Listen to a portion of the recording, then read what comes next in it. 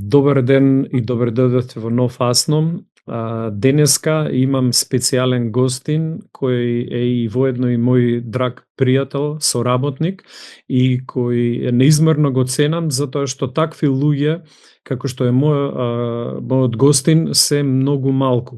Вистински борец за човековите права на македонците и со светот свое интелектуален, организационен и било каков капацитет се бори секојдневно, долгогодишно да се остварат основните човекови права на македонците во Бугарија, што драстично и драконско се кршат во Република Бугарија, благодарејќи на нашата соработка со Нов Асном, кој он исто така помогна, ние докажавме институционално е протната во капиларите на сите европски институции, од Европската комисија и Судот за правда во Луксембург, каде што нас ни одбија тужбата за неисполнувањето на договорот на фундаменталните права на граѓаните на Европската Унија, член 12 до слобода за здружување и асоциација. Драго ми е да го представам Стојко Стојков. Стојко, како си? Добар ден, Сашо, јас сум многу добар и ми е многу мило да се видиме пак, мислам. Ние контактираме периодично, имаме добра соработка, ама вака во ефирот, мислам, тоа е второ интервју кој што правим. Апсолутно, второ интервју. И се надевам дека нема да е последно. Не, јас апсолутно знам дека нема. Ние си соработуваме, таа е тековна соработка, ова е второ интервју во овие 2,5 години, но и се надевам и уиднина ќе соработуваме баш онака како што ја започнавме нашата соработка. Една од причините за да бидеш наш гостин овдека во Нов Асном е книгата што се издаде во Македонија, Табу. Јас да ти се заблагодарам, имам бугарската вездеја, а тоа е страдањето на македонците во Бугарија од времето на комунизмот, што ти го имаш евидентирано со имиња и презимиња Голгота, што наши патриоти ја поминале, дали е тоа политички пресии, психички пресии или па репресија внатре во затворите низ бугарските комунистички затвори, кои многумина македонци и твои сограѓани, соборци, кои ти ги знаеш, си ме запознал мене исто така, ги проживеле од 1944 до 1989. Можеш накратко да ни ги опишеш, и нормално сега книгата е доста долга, меѓутоа запознаа да си ти македонец во Бугарија во комунизмот и сакаш да го изразиш твој македонизам, да учиш македонски јазик, да пееш македонски песни, да се здружуваш во здружањето. Под какви репресии биле нашите и твоите сограѓани, некои се уште живи, што јас и ти ги знаеме, благодарение на тебе, јас ги имам запознаето. Ова е навистина на голема тема. Да. Навистина голема тема. Бидејќи ова книга, ти што ја покажа, таа изгледа голема, но тоа е само еден мал дел, реално тоа што било. Бидејќи јас кога започнав да ги собирам овие работи, започнав бидејќи околу мене имаше луѓе кои што имаа поминато низ затвор и страдано, и во мојата фамилија татко ми исто така имаше проблеми. И затоа започнав бидејќи видов дека никој не го прави. Тоа е многу тажно. Огромен дел од сето ова што било замина во заборав затоа што немаше кој да го запише. И сега јас сум медиевист, се бавам со среден век, но сум и од Пиринска Македонија, си го сакам мојот крај и ми беше многу тажно што една Голгота ќе остане во заборав. А од друга страна пак слушав цело време лагата, нели, низ бугарски телевизии и така натаму, дека всушност имало обратно, имало насилна македонизација.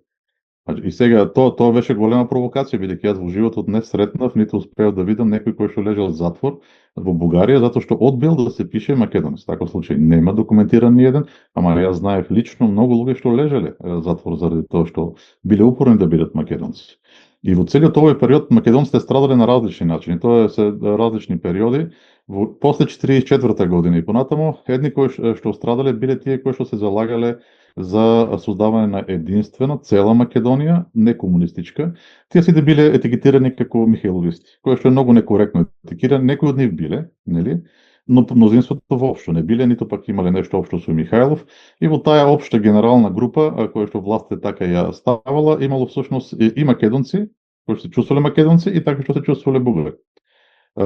И тие биле на удар главно, но постепено се повеќе стануваат на удар, особено од времето на информбирото, и оние кои што држат на јасна македонска линија, сакат да се изучува македонски јазик, сакат обединување на Македонија, нели пак, тие ќе бидат пак, дури комунистичко обединување на Македонија, сега тие ќе бидат на удар, тоа е втората група, но после 1958 година и особено после 1963 година се појавува една трета група. И тоа е како да кажем, најтрагичната, може да се каже до некаде група, не според големината на наказанието, според тоталната невинност на луѓето. Затоа што ако за првите државата можела да истакне некакви аргументи, било идеолошки, било дека тие се потенцијални сепаратисти, иако и Бугарија поддржувала промени на граници тогаш, сепак за овие последните многу тешко можело тоа да се истакне и нивната вина била само една што тие се чувствуваат македонци и не го кријат тоа доволно добро. Тоа било нивната вина, дури властите ќе измислат специјален термин за овој вид престапна дејност, ова вина, и тоа е промакедонски национализам. Каква неверојатна вина е. И луѓето кои што ќе бидат фатани во такво нешто, почнуваат да прво да се стават под наблюдување. Ако власта реша дека тоа не е ептен ситница, им отварат досие за наблюдување, започнува да ги праќат провокатори, да ги поттикнат дури во некаква дејност, но главно наблюдуваат и собират информација. Ако реша дека тоа е доволно голема информација, започнуваат ги апсат. Процесите на апсене тогаш не биле шега, особено дури од 1970 година, биле луѓето што биле таму поминувале на тешка психичка тортура и физичка тортура.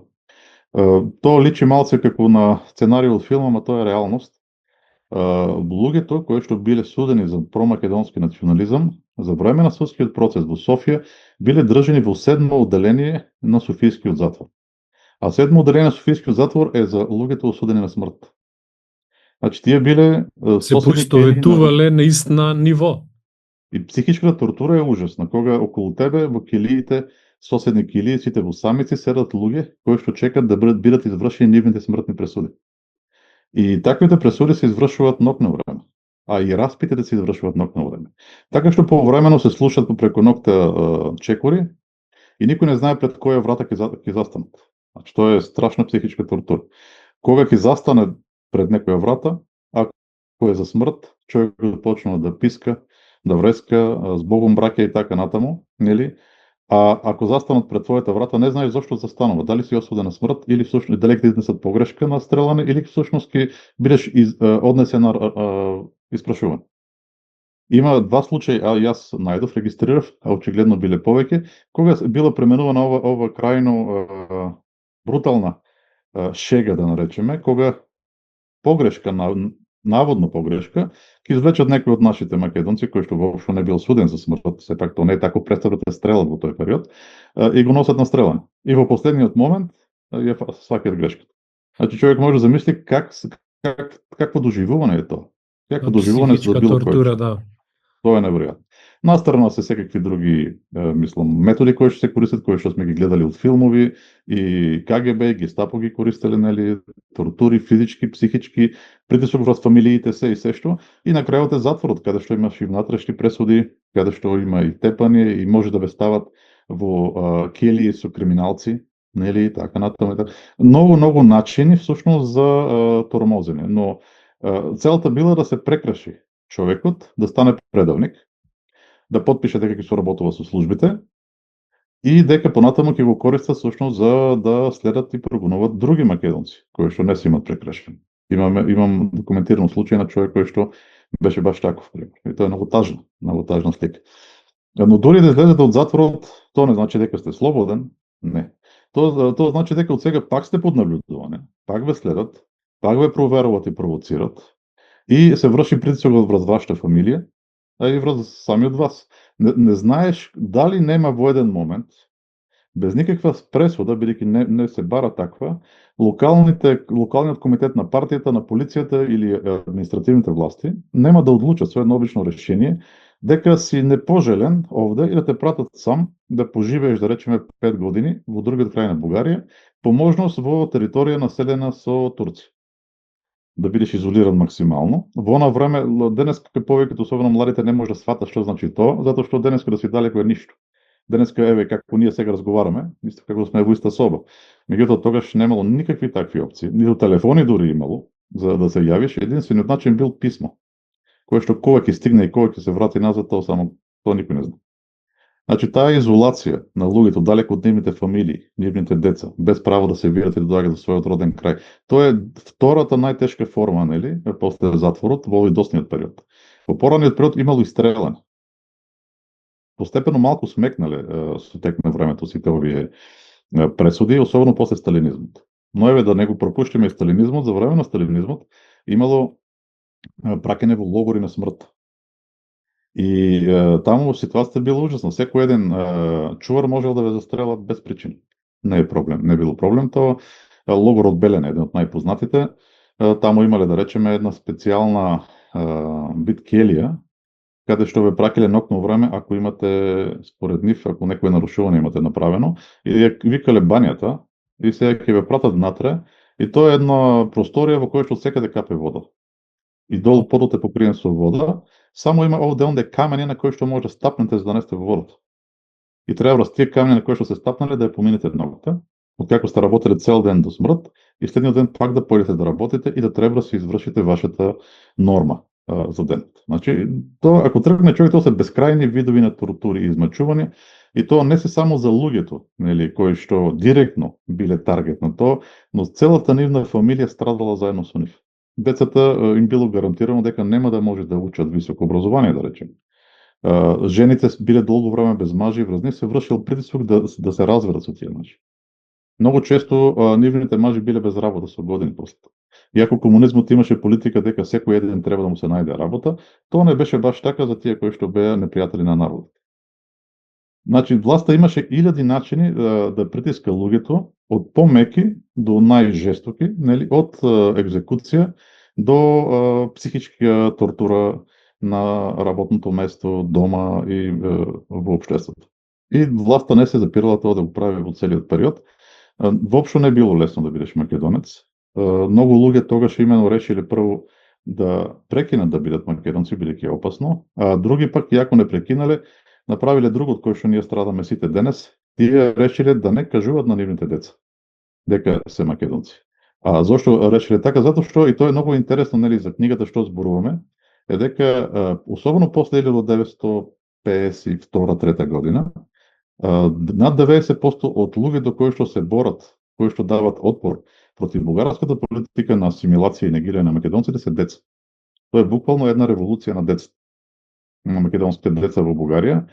Тоа се ученици од основно или од средно образование, кои што се собират во кружоци, кои што сакаат да пеат македонски песни, да најдат некаде македонска книга да прочитат, да си кажуваат еден на друг дека се македонци, и нивната страшна антидржавна дејност обично била да прават летоци, да пишуваат надписи. Отприлика тоа се состои нивната страшна дејност и за ова престапна дејност ја оделе со години во затвор. Тоа во подоцнежен период. И сега јас собрав тоа кое што можев. И од тоа на кое што можам јас да споредам, од тоа што го имам во мојата книга и од различни отчети на службите за безбедност или на партискиот апарат, тоа е некаде во различните години варира од 20 до 40% од тоа на кое што властите го знаат. А тие не знаеле исто се. Значи, ако собереме сето тоа, и сите овие отчети кои што ги давале службите за безбедност, може да се констатира дека тоа било многу расширен и масовен отпор и многу голема репресија. Например, во периодот 65 до 83 година, одделот кој што се бавел за малцинствата и духовништвото во Бугарија, во службите за безбедност во цела Бугарија, на ниво на Бугарија, тоа не е Пиринска Македонија, само еден од 28-те окрузи на Бугарија. Тука зборуваме за ниво на цела Бугарија. Борбата со промакедонскиот национализам била на прво место во скоро сите едни критериуми кои што ги користела ова служба. број на ангажирани агенти, број на наблюдувани лица, број на отворени досија, ресурси, апсини луѓе, нели, скоро по се промакедонскиот национализам или е на прво место, или ретко е на второ место. И тука треба да се знае колку многу тоа значи всушност и колку страшно е тоа. Не само што македонците живееле главно во една 28-мина од територијата на Бугарија, но и ни најмалку не се најголемото малцинство. 187.000 боли до 1956 година се помалку од колку се да речеме ромите и особено турците. Плюс за турците стои една држава членка на НАТО, додека зад македонците некој пат многу млако и застанела Југославија, мајпта млако, за да не се скара.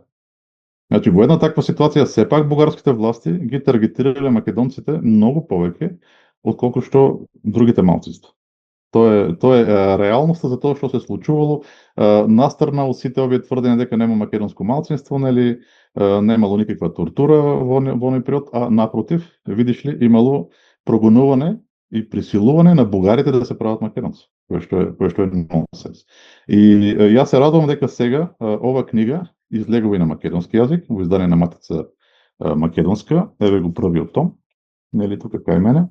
И ова е само првиот том. Значи ова е бугарската верзија, а таа ова е сега имаш македонската, да. И тој е само првиот том, бидејќи е поголема од таа кој што е од бугарската верзија, има нови спомени во меѓувреме собрани или објавени и некои нови документи, така што прилично е проширена, но дури и така тоа се останува, не знам дали успева да опфати дури и 25% од она што се случило, веројатно помалку.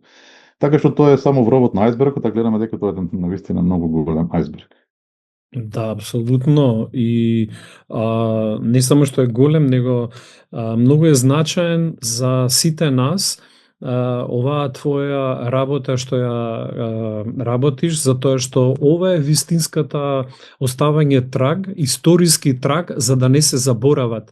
Имање на ваква документација е од врвен, ја би речел, наш приоритет, со кој се зачува нашиот континуитет македонски, а исто така е еден историски запис што се случувало. Кажи ми, што тебе највише ти остави впечаток кога ги гледаше, мислам, кога го правеше истражувањето? Што највише, кои случувања ти оставија највише? Например, ја кога ја читав книгата, јас знам некои луѓе, ти си ме запознал, кои се дел биле од прогувањето, Стојан Ѓоргиев, прерано починатиот наш соборец за македонската кауза, имаше 7,5, он мене ми кажа 7,5 години во затвор. И неговата приказна 2 пати пута 3 нешто бил во затвор, скоро 8 години. Кои методи што ги применувала бугарската држава се нешто што стварно, јас би кажал, неприфатливи за денешни услови? Ако и, например, не ги знаеме, меѓутоа не се само тие методи, тие што биле во затвор, тие се само еден малобројни од остатокот и така секогаш функционира. Тие се показната вежба кон сите оние други. Видете, вие сте следните. Така е, да. Тие што биле затвор, многу тешко се каже колку се, бидејќи особено раниот период се губи, таму работите се така размиени, но од оние споредби што можев да ги направам од документите на службите за безбедност и она кој што јас го знам, нели, споредувајќи, може да се стави една рамка од прилика меѓу 500.000 луѓе кои што биле затвор, кој што е ужасно многу. Ако си помислиме дека малцинството е 187.000 биле до 1956 година, дека децата не биле праќани во затвор, тука не влегуваат тие, и дека жените исто така не биле праќани. Да. Значи тоа тука ќе фаќаме само еден помал дел од населението и тоа е еден голем процент на листа. Така што многу луѓе поминале низ затвори со различни години. И тоа, но си сосема во право, тоа е само врвчето на целата пирамида. Надолу се сите други начини на тортурирање и малтретирање на луѓето. И селувањето кое што го спомнав, може да биде и со цели фамилии. Многу фамилии се иселени од Пиринска Македонија, никој не знае колку, но се навистина многу, особено во пораниот период, и тие никогаш не се вратиле назад во Пиринска Македонија. Им било забрането. Ке можеш да објасниш повеќе која била официјалната бугарска политика на раселување на македонците? Каде се раселува, како ишло и по кој терк? Тоа што правиле целата фамилија ќе ја испрателе во некое далечно место. Значи не е тоа иселување близу до Пиринска Македонија никако. Тоа е максимално далечен дел на Бугарија, по можност тоа се делови населени со турското малцинство. Тоа обично било практиката, бидејќи има голема културна разлика и е многу потешко да се адаптираш. И си многу поизолиран, не можеш да најдеш своја средина. И тоа е кога прават иселување на цела фамилија, искоренување, така да го кажем. И такви се најмалку стотици фамилии, веројатно се доста на стотици фамилии.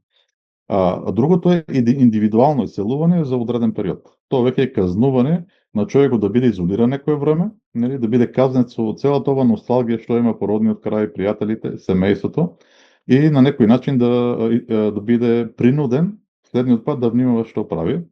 И тоа било било умилена казна, бидејќи била многу лесна. Се што требало да се направи, локалниот комитет на партијата, на полицијата или милицијата тогаш, или градоначалникот таму да одлучат и да овој човек да го испратат. Нема потреба од суд, нема кај да се заштитиш, нема како да се бориш против тоа, едноставно те испраќаат и треба да седиш таму целото тоа време. Целта на властите била да натера луѓето не едноставно како да кажем, да ги натера да не зборуваат дека се македонци. Значи, тие може ли да толерираат ако некој се чувствува македонец, ама да биде, и до денеска е така, меѓу другото, да биде тајен. Биде си македонец, ќути си. Тие сакале да ги изолираат луѓето, секој да се чувства сам, дека нема македонци, само јас сум или сме многу малку, да слушат по телевизија, по радио, како и до денес, дека се македонско е бугарско, да гледат разни манифестации јавни, манифестации на бугарска самосвест, а тие сами да не може да видат ништо никаде, нели како манифестација на македонска свест. И така се чувстват усамени, обезхрабрени, дека готово е, нема веќе. Мислам, целата работа била да може да протече процесот на асимилација кој што бил со полна сила од 1963 година, без да најде на јавен отпор. И за жал прилично успеале во тоа. Бидејќи 187.000 во 1956 година, понатаму сега сме доста намалени. Како луѓе што се чувствуваат македонци или кои што се храбри да го кажат. Бидејќи го има и тој аспект. Другото било да се насади страв, директен страв. И до ден денешен, и тоа е во книгата кога прави го забележав, има луѓе кои што се плашат. Нема што разборуваме за години на демократија во Бугарија, за тоа дека тогаш се влегуваше, Бугарија беше влезена во Европскиот сојуз. Јас кога работев книга. Значи 2013 таа првата верзија е завршена. Ја работев од 2004 до 2013, 2007 Бугарија веќе е член на Европскиот сојуз. Значи тоа е главно во време кога Бугарија е европска членка, сепак најдовна многу страв. Имаше луѓе кои што дава нешто малку, ама не дозволуваат нешто друго да се објави, некој воопшто директно одбива било какво објавување, бара имиња да не се спомнуваат. Стравот беше многу реален и тоа е многу тажно. И бидејќи тој до денеска постои. Луѓето се чувствуваат исплашени и не сакаат да зборуваат за тоа. На тој начин и денеска властите извршуваат притисок да не се гледа малцинството. Тоа сака да види, да не се гледа малцинство. Затоа и се против активностите на македонските организации овде, бидејќи тие покажуваат македонска самосвест. Затоа и минатата година на мирните македонски манифестации забранува веење на знамења на организации, партии, нели македонски национални знамења, затоа што тоа праќа порака и сигнал на секад. Еве ги македонците тука се, нели постојат. Наместо тоа беа дозволени само бугарски знамења, ако сакаме да веат. Значи каква слобода е тоа. И таа политика продолжува и до денес. Единствената разлика е што денеска не се праќа затвор, нели? Веќе и бар нема тепање, порано имаше. 90-те години во демократска Бугарија многу македонци беа тепани за време на мирни собори. Но политиката продолжува до ден денешен, таа е наследник на претходната политика, старата политика со нови средства, и ние гледаме дека тоа исто така се префрлува и во Република Македонија. Тие сакат да ја завршат, бидејќи од каде тргнала оваа политика? Еве да се вратиме на тоа. Ајде, повели. Да. После 44 година Бугарија е поразена земја и во тој период сакајќи до голема степен да добие прошка и поддршка од Југославија, нели, комунистичка Бугарија е согласна да изврши размени на територии, Пиринска Македонија, Западни покрајини да влезе во федерација и така натаму. Тоа е една сложена игра, но 1948 година, кога станува информбирото, сега се менува политиката и бугарската власт решава да искористи македонското малцинство во Бугарија како начин да ја земе Македонија кон Бугарија пак. Тезата била проста, Југославија предаде комунизмот, значи ако сакаат македонците слобода, треба да бидат во вистинска комунистичка земја, тоа е Бугарија. Прво, второ, тогаш измислува теза дека има македонско малцинство, ама тоа е малцинство во Пиринска Македонија, наспроти резултатите од пописот. Тоа е првата лага за тоа дека луѓето биле запишувани со сила против нивната воља. Таа лага е спуштена врз гора и има јасна цел да докаже дека македонците се малцинство во Пиринска Македонија, значи ако сакат македонците обединување, има само еден начин и тоа е во Бугарија. И тука измислува тезата дека македонците се последна нација после 1878 година, а пред тоа биле бугари. Тоа е тезата која што се промовира од тогаш. Но во 1956 година тие допуштиле една голема грешка. Во меѓувреме поверувале во сопствената пропаганда. Кога имате тоталитарен систем и никој не смее да критикува, многу лесно може да почне да верувате во лагите што ви кажуват. И верувајќи дека македонците, мнозинството во Пиринска Македонија се чувствуваат бугари, бугарските власти дозволија во пописот од 1956 година да биде извршено слободна самоопределба на тие што порано се пишеле македонци. За нив главно има цела серија на одлуки и инструкции тоа да биде исклучително на база на слободно самоопределување. Резултатот бил шокантен за Бугарија. Тогаш се 187.000 луѓе се пишеле македонци и докажале дека македонците се мнозинство всушност во Пиринска Македонија, 63%. И тоа било голем шок затоа што согласно целата бугарска тогаш пропаганда државна комунистичка, правото на самоопределување би следело од тоа право дека овој округ има право на самоопределување, автономија, присоединување кон Република Македонија, целата политика на присоединување на Македонија кон Бугарија фактички паднала. И од тој момент започна една брза еволуција која што се бара чаре како да заштитат овој округ да не биде изгубен за Бугарија. И така се раѓа политиката на Тодор Живков, нели, дека македонско малцинство во Бугарија нема и не може да има, нели, тоа е интересна фраза, и започнала асимилацијата на македонците, тоталното негирање на македонската нација и притисокот врз Република Македонија. Вклучително забрана за пеење на македонски песни, тогаш слушање на радио Скопје и така натаму. И оваа политика продолжува и до денес. Уште 1963 година Тодор Живков има јасно кажано: ние ќе ја признаеме македонската нација и држава која што е во процес на формирање, според него, во Република Македонија, но само кога таа ќе биде редефинирана на пробугарска основа. И на начин да не може истата таа нација да претендира врз Пиринска Македонија во било која смисла на збор. Затоа именно ние тоа што го слушаме од Бугарија постојано од разни пропагатори што доаѓаат од таму, е дека нема проблем да признаат македонска нација после 1944 година. Само во Република Македонија, затоа што тоа ќе значи дека процесите на создавање на македонската нација не ја опфатиле Пиринска Македонија. Пиринска Македонија е надвор од тоа. Истата причина е за политиката во Албанија што ја гледам. Бидејќи ако процесите не опфатиле Пиринска Македонија, тогаш тие не опфатиле ниту Егејска, ниту пак Албанија, ниту Косово. Значи се македонска нација само во Република Македонија после 1944 година. По иста причина се измислени лагите за насилна македонизација. Едната треба да објасни како во Пиринска Македонија имаме два пописи со толку многу македонци и како така сега овде во Република Македонија има македонската нација. Ако сите биле бугари пред тоа. И тука се раѓа лагата за масовно насилство. Тие кои што следат знаат за оваа неверојатна лага која што лансира бугарската политика дека 200.000 македонци после 1944 година во Република Македонија биле апсени или стрелани затоа што биле бугари и со сила биле направени македонци. Сушност секој може да праша дедо си и да разбере каква лага е тоа. Но тоа сето е потребно именно за да се оспори македонската нација и да се направи невозможно да се претендира врз Пиринска Македонија.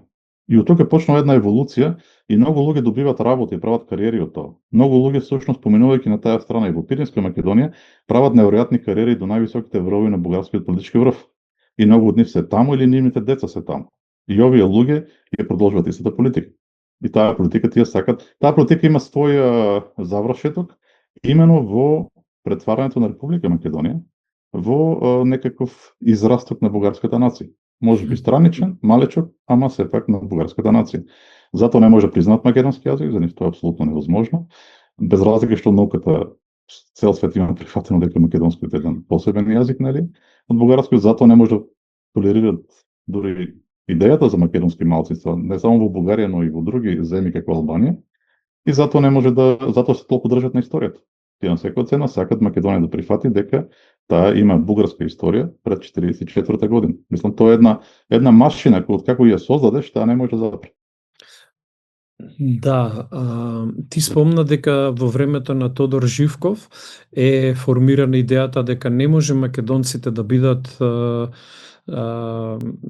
дека се имаме промена на политиката и тогаш се зачетотите на оваа политика што сега ја гледаме. Можеш да ја објасниш малце повеќе, поеластично за нашите гледачи? Што се смени и како таа доктрина се уште трае? Значи, она што се смени меѓу 1957 и 1963 година беше од позиција според која да, македонска нација постои, нели, таа си има свој јазик, иако тој според нив тој во Република Македонија е србизирана верзија која што не е неопходна. Македонци и бугари може да функционираат заедно, користејќи го општиот јазик, и како што некои модерни протагонисти овде во Република Македонија кажува јазикот на илинденците, нели, како камуфлажа. Но има македонска нација која што произлегува од бугарската, најблиско е до неја, нели, си има своја култура, сепак народни песни, фолклорот тогаш беше македонски, не беше спорно тоа. И таа треба да биде заедно со бугарите како најблиска. Но откако стана јасно дека македонците и македонците се малцинство во Пиринска Македонија, тоа беше клучен момент, за да не се земе округот. Да. Кога стана јасно дека тоа не е така, не може тоа да помине. И наеднаш тогаш се сврти политиката, нема што друго да направат, сошто немаше на каде да отстапат во таа еволуција. Таа е многу интересно, може да се проследи низ документациите како пробат различни варијанти, ама нема зашто да се фатат. И како поминуват стигнуваат до идејата дека треба тотална негација и асимилација на македонското малцинство, за да исчезнат сите можни аргументи од страна на Македонија за конпиринска Македонија, нели? И тоа пак ги доведе до другото, да се оспори самата македонска нација. Бидејќи како ќе се формира оваа нација без во тие процеси да е вклучена Пиринска Македонија? Значи, тоа очигледно требало да се случи некаде после поделбата на Македонија, не пред тоа, после. Така што најранниот момент од кој што може да се согласи таквата идеолошка рамка, нели, да гледа да кажува дека македонската нација почнала да се формира после Балканските војни и само во Република Македонија, во Вардарска Македонија, на никој друго место. И гледаме дека некои од така наречени либерални бугарски историчари именно тоа го промовираат. Нивниот либерализам оди до тамо да каже добро, не 44-та година, ама после Првата светска војна. Нели, како заврши бугарската окупација. Тоа не е компромис, тоа е истата позиција, ама малку смекната. Истата позиција. И сега, како што кажав, многу кариери се направени на тоа. Многу луѓе кои што биле комунистички, како да ги кажем, комунистички првенци или активисти и кои што биле на македонска позиција, сега за да спасат своите позиции кариери поминале на бугарска позиција и тоа на активно бугарска позиција, а некои се искачиле и нагоре со тоа што активно учествувале во политиката на негирање на македонската нација. Таа била богато наградена. И многу луѓе направиле големи кариери до врвот на власта во Бугарија. И сега овие луѓе создаваат една цела традиција, цели институции има се уште, не ги именувам, кои што се бават со тоа. Тоа се луѓе кои што на тоа им е базирана нивната кариера или на нивните татковци. Уште повеќе. Тоа се луѓе во политиката кои што би биле исфрлени од политиката реално. Во моментот кога се прифати, реално се дека да, има македонско малцинство, немаше национална македонизација, имаше национална бугаризација. Ако тоа се прифати, кој што е реалноста, тогаш овие луѓе спаѓаат во неверојатно незгодна ситуација. Замислите политичар кој што сака да се кандидатира за било што.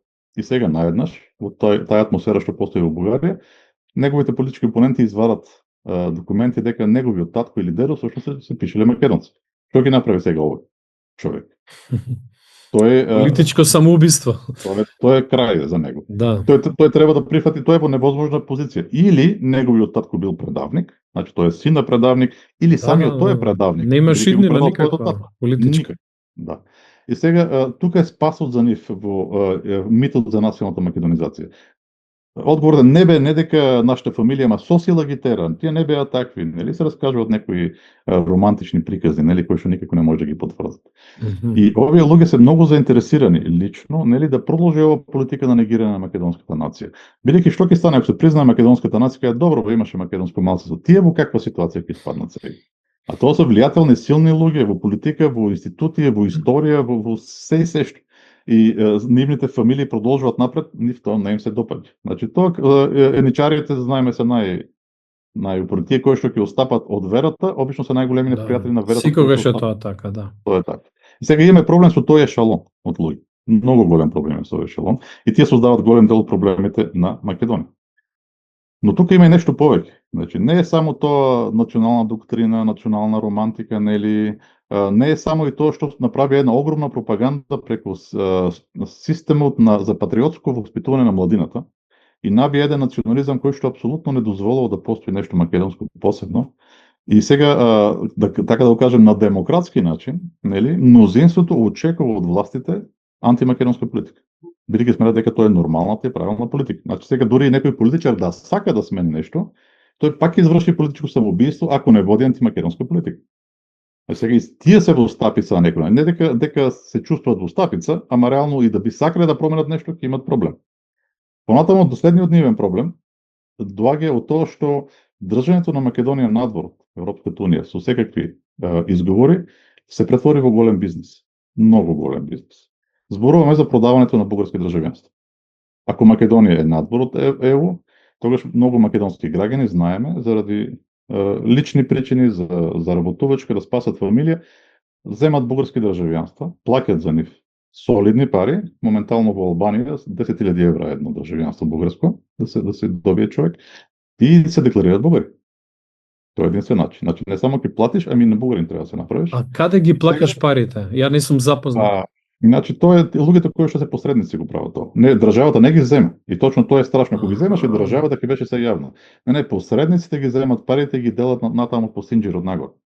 Така што тоа е една корупцијска шема во која што ние тешко може да кажеме колку пари се влезени по македонска линија, но ако земеме дека од Албанија, Косово, Македонија, нели се, да речеме 200.000 државјанства молби се поднесени вкупно до сега сите овие години, и дека се сменија од 2.500 евра на почетокот до 10.000 евра сега, значи може да сметнеме дека најмалку 1 милиарда евра се влезени во ова корупцијска шема.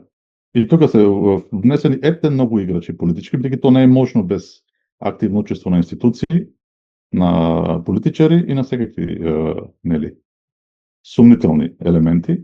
И сите овие се крајно заинтересирани и финансиски силни ова политика на држање на Македонија надвор Европската унија да продолжи. Така што тука се собират многу различни интереси во Бугарија и за жал сите се усмерени во исправец негирање на македонската нација, конфронтација, дискриминација, асимилација на македонското малцинство и држање на Македонија надвор од Европската унија со надеж евентуално, ако може, Македонија, духот на македонците да биде скршен и македонците да бидат бугаризирани, нели? Или најмалкото да бидат направени, да им се извадат забите, така да се каже, нели, на македонската нација, и во секој случај македонското малцинство да исчезне. Затоа многу држат Македонија да каже јавно дека нема македонско малцинство во Бугарија. Затоа што спротивно со лагите што овде се шират, македонското малцинство не само што не е инспирирано и помагано од надвор во сите тие децени што помина, но обично само се бори со своји собствени сили и голема пожртвуваност. Луѓето ни затвори поминали се уште продолжува да се борат. И да инвестират се кој што имат и време и пари во целата оваа работа. Она што ги држи овие луѓе е именно духот и наетот, желбата да опстанат. А ако слушна дека Македонија ги предава и тврди исто со Бугарија дека тие не постојат, тоа би го скршило духот за борба. И тоа е она кој што целат бугарските власти. И тука е нивната надеж, после сета политика што ја води изминатите 30 години, во која што тие фрлија многу напор младината да не се вклучи во македонските движења, обесхрабрувајќи, заплашувајќи, плашејќи родителите, пазете што ќе се случи со вашите деца, да не се вклучат во македонско движење, за да може лека по лека тие кои што минале низ затвори, кои што се огнени да застарат, да си отидат, нели, да изгубат сила и македонското движење да згасне и со тоа македонското малцинство не дека ќе исчезне, но ќе стане невидливо и нема да биде проблем за Бугарија повеќе. Значи тоа е многу комплицирана ситуација, многу процеси течат паралелно, за жал скоро сите процеси во Бугарија се насочени кон тоа да се асимилира македонското малцинство и ако може да се редефинира македонската нација на пробугарски основа. Во тој контекст, можеш да објасниш поимот македонски бугарин, како бугарите тоа го разбираат? Добро, македонски бугарин значи едноставно бугарин од Македонија. Тоа значи македонски бугарин, ништо македонско нема во тој поим, нели? Тој потенцира дека во Македонија имат бугари и малце можеби некаков вид реверанс, отстапка, кон сепак желбата што живее во душите на многу македонци, кои што се чувствуваат или барем се декларираат за бугари, тие сепак држат на некој начин за Македонија и македонското име. На некој начин тоа име се вклучува сега кон нив, но гледаме дека е придавка, не е именка. Именката е бугари. Македонски е придавка. И тие го третират, пробат македонци да го третират како географски поим, а исто така да зборуваат за регионална појава и свест. Македонците се нешто регионално. Македонскиот флора е регионална форма на бугарскиот флора. Така и за јазикот. Да, токму така. Еден од 6 регионални бугарски јазици е македонскиот, што Бугарската академија го кажува и го доктринира. Точно. Значи тоа е нивната позиција во врска со македонски бугари. Друго би било да биде бугарски македонци, примерно, кога што се македонци кои што евентуално се во Бугарија. Нели, тоа е бугарското, значи во Бугарија се или има државјанство, но се македонци. Тоа е суштината. Македонски бугари значи само тоа, бугари. Едноставно. Дали во оваа европска Бугарија имаме истит, освен овие скриени мерки, дали имаме се уште некои индикации за некои репресивни мерки? Па ево што го спомнав за забраната на знамење и конфискација на знамење за време на мирни собори, беше таква мерка. Втора таква мерка е недозволувањето да се регистрираат македонски организации. Сега, за да можеш да партиципираш во општествениот живот, треба да имаш организација и партии. Партии не се дозволи да се регистрираат, значи македонците се исфрлени од политичкиот живот практично со тоа, како македонци, само како индивидуи може да гласат за некој или да влезат во друга партија која што не ги брани интересите на македонците никако. А со тоа што и организации не се регистрираат, со тоа немаш можност да учествуваш и во општествениот живот. Не можеш да нелегитимен си, практично не постоиш како правно лице, не можеш да учествуваш во проекти, не можеш да учествуваш во било што организира државата, институции, примерно за да има еден човек во комисијата за малцинство, да кажеме така накратко и просто, треба тоа да биде организација која што е регистрирана најмалку една година и најмалку една година има дејност од национално значење, така е дефинирано во статутот на нова институција. Значи, ако немаш регистрирана организација, никош не би можел да се кандидатира за такво место и македонец како представник на македонското малцинство не би можело да има во таква институција. Да не зборуваме за секако меѓународна соработка, нели, сите тие меѓународни форуми, фундации, сето тоа кое што е возможно кога си организација да го правиш, реално е си крајно хендикепиран, повеќето работи воопшто не можеш да ги правиш. И тоа не исфрла до голема степен од општествениот живот. Единствено кое што се изборивме е да, за разлика од времето пред Бугарија да влезе во Европскиот сојуз, е да правиме мирни собеди. Тоа е кое што успеавме да се избориме. Има проблеми пак, не дека нема. Оваа година во Кресна имавте проблем. Да, имавме обид за забрана затоа што наводно организациите кои што го организират биле сепаратистички и антиуставни. Кога сфатија што направиле со тоа, бидејќи дадува документ за вршење на дискриминација, веднаш повлекла одлуката на доцна и кажа не е затоа што во исто време се одржува соборот на градот Кресна. Само што манифестацијата беше на 3 места, две од кои што не беа градот Кресна, така што не би требало тоа да има никаква последица. И второ, манифестацијата не беше така што може да попречи на било кој начин на прославата, тоа бе едноставно поставување цвеќиња пред еден споменик во градот Кресна. Така што тоа беше апсурдно да се забранува, но сепак го направи. И ова година, еве сега да речем, кога беше годишнина од Јане Сандански, од неговото убиство. Многу провокации. Имаше и гледаме како државата организирано го прави тоа. Значи, се очекуваше дека ќе дојдат доста македонци од округот и од друго место, и од Република Македонија, и од Егејска Македонија. Она што беше направено неколку дена пред самиот собор беше на Тихомир Стојановски му беше забранет влез во Бугарија. Тоа се слушна и многу луѓе од Македонија што сака да дојдат, решија дека е ризично да дојдат, може да добијат забрана која што долго години да им пречи да влезат во Бугарија. Значи дел од луѓето беа одбиени така. Друг дел од луѓето, особено тука во Пиринска Македонија, беа одбиени со тоа што наеднаш се појавија серија лажни вести и тоа од така етаблирани медиуми пласирани, дека цел Мелник е под политичка блокада, дека се очекува доаѓање на секакви националистички структури, се очекуваат судири, и сега кога луѓето слушнат тоа, кој би сакал да дојде на собор каде што ќе се очекува тепачка и е полно со полиција. Значи тоа беше втор начин да многу луѓе се откажат. Кажа не, ова година не. И луѓето се намалуваат кои што доаѓаат. Понатаму и мали финти од типот за прв пат, без да е објаснато зошто, општината забрани да има скара, барбекю таму, каде што се организира во паркот. И сега последиците од тоа се што секој еден кој што би сакал да јаде нешто или да пие нешто, мора да го напушти соборот, да појде во градот и да се врати после. И тоа ги распрснува и тие помалку луѓе што дошле. Значи, тоа е многу добро осмислена стратегија. Се гледа дека државата за жал продолжува да ја третира нешто толку обично, нормално, како едно малцинство кое што си прави еден собор во чест на своја историско фигура, никого не му смета, ниту го тера некој да го слуша или да доаѓа, но еве тоа се претвара во проблем и државата зема мерки како е можно помалку луѓе да дојдат, помалку да е забележливо тоа и така натаму.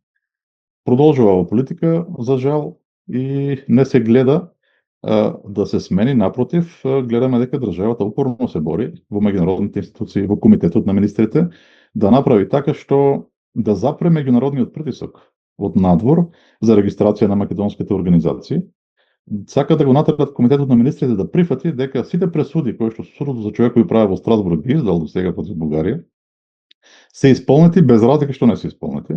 Значи, кога една организација ќе успее да осуди една земја затоа што таа не ја регистрира, ама таа сепак продолжува да не ја регистрира, тоа не може никој разумен човек да го нарече исполнување на пресуда. И токму тоа се случува. И исто така гледаме за жал, и ти го спомна тоа на почетокот дека Европската унија, која што не е завршена држава, тоа е на еден конгломерат, има препуштено малцинските права на милост и немилост на државите членки. Тие практично може да прават што си сакат. И Европската комисија нема да интервенира. Така им е полесно. И тоа е еден голем проблем за кој што исто така треба да се бориме, за да се промени, бидејќи тоа е апсолутно нефер. И мислам дека е противно со духот на документите на кои што е основана Европската унија. Сите фундаменти на Европската унија паѓаат во вода со ваква политика. Апсолутно, бидејќи тоа е негирање на тие фундаменти. Еден вид. Можеш да негираш ако сакаш, само не го кажува јавно и не декларира дека негираш. И имаме многу проблеми од таа страна и во тој целиот склоп се става и блокирањето на евроинтеграцијата на Република Македонија. Ете сега тоа моје следно прашање за крај. Имаме блокада од страна на Бугарија преку уцените што ни ги дава. Имаме два француски предлога, договор за добро, така наречено добро соседство. И сега целата, знаеш, јазна ти е политиката од оваа страна македонска е дека нема алтернатива на ЕУ патот и главните две политички коалиции во влада и опозиција, они се про ЕУ ориентирани. Кажи ми, во кој е бенефитот на Бугарија за да види Македонија како дел од ЕУ? Значи, Бугарија нема никаков бенефит да види Македонија како дел од ЕУ, ако освен, нели, ако таа не се бугаризира претходно. Значи, комплетна бугаризација. Да. Или барем во најголема степен. Нели, како што кажа некои министри порано, ние не ве негираме, вие може да имате свој идентитет после 1944 година. Се што треба да направите е да прифатите дека немате јазик, немате култура, немате историја, нели? Ама може да се преправате дека сте нешто друго. Многу дарежливо од нивна страна. Многу благородно вака можно да ни да. И да, тоа е максимумот кој што Бугарија е согласна и реално погледнато не мислам дека тие знаат дека тоа е единствена шанса. Тие знаат дека тоа ова е историска шанса од нивна страна. И затоа го имате бугарскиот договор, двата протоколи, историска комисија, како едни инструменти за уцена, каде што ќе се реализираат својата политика. Точно. И затоа тие не прифаќаат толку разумно предлог што македонската влада им прави. Добро, ќе ги ставиме. Ама со задоснато влегување кога влеземе во Европа. Бугарите ќе бидат во статут. Што ви е проблемот со тоа?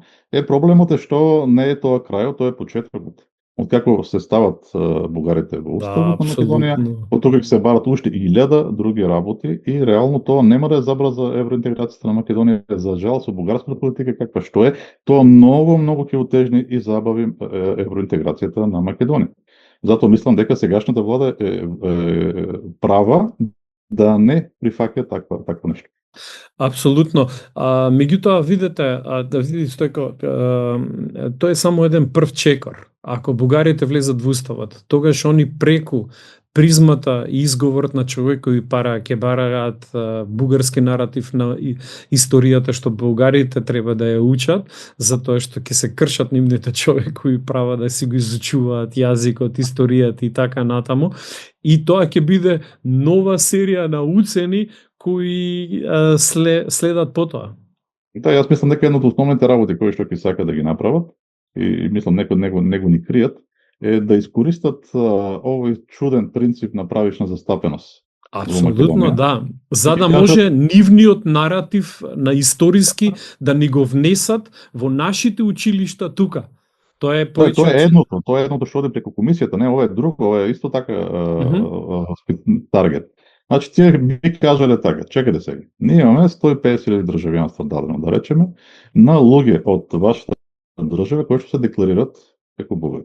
И сега, ние бараме, тие тоа прави таков процент од вашето население, соодветен процент бугари да има во сите институции на Македонија, да речеме 10% или 8% на секаде. И сега, во моментот кога и тоа ќе биде нова блокада, додека Македонија не се согласи. И ако Македонија се согласи на тоа, продолжи да витка кичмата, нели, според она трагична, да не речем каква фраза од еден политичар македонски, ако се согласи на тоа, тогаш најнаш еден куп луѓе кои што воопшто не се чувствуваат бугари, ќе се декларираат бугари за да зачуваат работно место или ќе се декларираат бугари за да земат работно место. И најнаш ќе се случи како што во времето на Стефан Стамбулов, кога нели стамбуловштината во Македонија пишувана од Петар Попарсов, дај ми пари да се чинам бугари. Реално тоа ќе се претвори. Сега се пасошите, нели, стани бугарин ќе добиеш пасош, разни проекти, фондации и така натаму што сега течат, но тогаш ќе биде нешто на многу повисоко ниво и Македонија ќе биде оценувано додека тоа не го спроведе. Значи тоа ќе биде уште поголем удар и тоа ќе продолжи понатаму. Со секоја следна остапка, додека Бугарија има таква политика, ќе следи ново барање.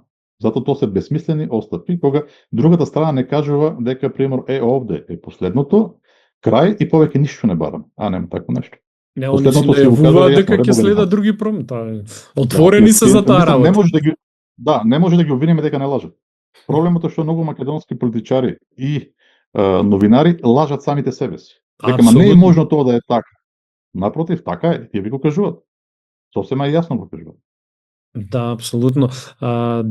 Наше проблемот, имаме некој самонегирачки ген и нереален приказ и отсликување и гледање на реалноста, се базира на некоја желба што е поттикната од некоја идеологија која апсолутно е реална и самите себе си правиме сопки. Тоа е многу интересна појава. Значи, тоа е психолошка појава. Кога си слаб и кога те притискаат многу, нели, еден од начините да се обидеш да земеш контрола над работите, на теорија, е да кажеш дека сето тоа што ти го кажувате е точно и дека грешката е во тебе. Затоа што ако грешката е во тебе, ти можеш да контролираш работите и тоа да го смениш. А ако како што е реално, ние каква грешка ќе имаме, ние сме македонци. Да, апсолутно. Нема што ние да менуваме, тоа не е прашање на грешка и на правилност, тоа е прашање на факт. Ако е тоа така, тогаш проблемите ни се наметнуваат од надвор, конкретно од Бугарија и Грција, и тоа исто така е факт. И ние тука не можеме да ги контролираме тие проблеми, бидејќи тоа се сили поголеми од нас, но она што може да контролираме е нашата реакција спрема тие работи. А Македонија 30 години најчесто се држеше ајде само да нема кавга, мир да е, ние си кјутиме, а овие две сили за жал работат плански и само кога ножот стигне до коска и ептен ни плеснат некој шамар во лице, тогаш пробаме нешто да реагираме, ама тогаш е прилично доцна. Значи, ако Македонија имаше една политика изградена национална од 90-те години, Македонија никогаш немаше се најде во оваа ситуација. Ова е големата грешка на македонската политичка елита. Еве еден пример што можеше да се случи ако Македонија од почеток поддржуваше македонското малцинство, како што секоја друга земја би го направила. Тоа не е некој престап, тоа е нормален начин на однесување. Ако тоа го правеше, прво македонското малцинство ќе беше многу силно сега. Имаше голем потенцијал во тоа движење. Но тоа е една страна. Што ќе се случише во 1998 година и понатаму, особено во 2000 години? Тоа што ќе се случи, што Бугарија ако сакаше да почне преговори за Европската унија, ќе требаше да потпише договор со Македонија, да ги реши прашањето со секој еден сосед, и едно од прашањето на една разумна Македонија ќе беше признавање на македонското малцинство, признавање на македонскиот јазик, нели, меѓусебно признавање на малцинствата и затварање на сите овие спорни проблеми. Тогаш ќе беше спротивна ситуација. Македонија ќе беше во силната позиција и Бугарија ќе требаше да направи отстапка, која што е и разумна и правилна отстапка, за разлика од тоа што го барат од нас. Ние не бараме тие да се негират себе си, тие барат ние да се негираме себе си. И ако тоа тогаш се решише, сега немаше да има проблем пред Македонија во нејзината евроинтеграција од бугарска страна. Но бидејќи Македонија нема своја стратегија, нема едни 5 точки по кои што сите македонски партии да се согласни и кои што никогаш да не се дебатират. Колку сака некој да притиска од страна, овие 5 работи, опозицијата ќе подржи власт, без разлика кој. Тоа го нема во Македонија. И бидејќи тоа го нема, гледаме како Македонија е објект на секакви уцени, постојано се барат некакви отстапки, затоа што да не ги обвинуваме големите сили. Тие се егоистични, тоа секој пат било така. Да. Но ако ти имаш двајца луѓе кои што сакаш да направат нешто за да се тргнат од глава, и едниот е слаб и попуслив, а другиот е посилен и наетчија, разбирливо, а ти си егоист, разбирливо да ќе кажеш на овој што е попуслив, па е попушти пак, што сега? Си навикнат веќе, тоа е твојата природа да попуштиш и да си го решат нивниот проблем. Ние праќаме таква порака со тоа што дека сме спремни да преговараме за се и се што, дека сме спремни да отправиме отстапки по работи за кои што други држави би умреле, но не би ги направиле. И откако создадеш еден таков имидж, не е чудно што ќе те третират на таков начин. А токму тоа, централниот проблем се ние македонците и нашите разединени ставови и немање на единствена национална стратегија. И баш тоа што го кажа околу не грижењето на самите себе си е еден од проблемите. Првата измена на Уставот на Република Македонија беше токму откажување на македонците од себе си, од своите роднини, браќа, сестри од Пиринска и Егејска Македонија, и еве до кај не доведе до се повеќе и повеќе соголување на нашите национални позиции. Стојко, јас искрено драго ми беше што го имав овој прекрасен разговор, многу научив од голготите на нашите македонци од Пиринска Македонија, многу добро го елаборираше тој период од 44-та па се до сега, дури опфати некои периоди од 1878. Ние остануваме во контакт, соработката трае и ќе продолжи. Јас да ти пожелам среќа, добро здравје и успешни проекти во нашава оваа македонистичка борба што ја водиме, и голема благодарност што беше наш гостин. И беше големо задоволство, благодарам за оваа можност и секој пат стојам на располагање, или кога има желба да направиме друг разговор. Апсолутно, ќе се видиме и ќе се слушнеме повторно, ти пожелам се најубаво. Се најдобро.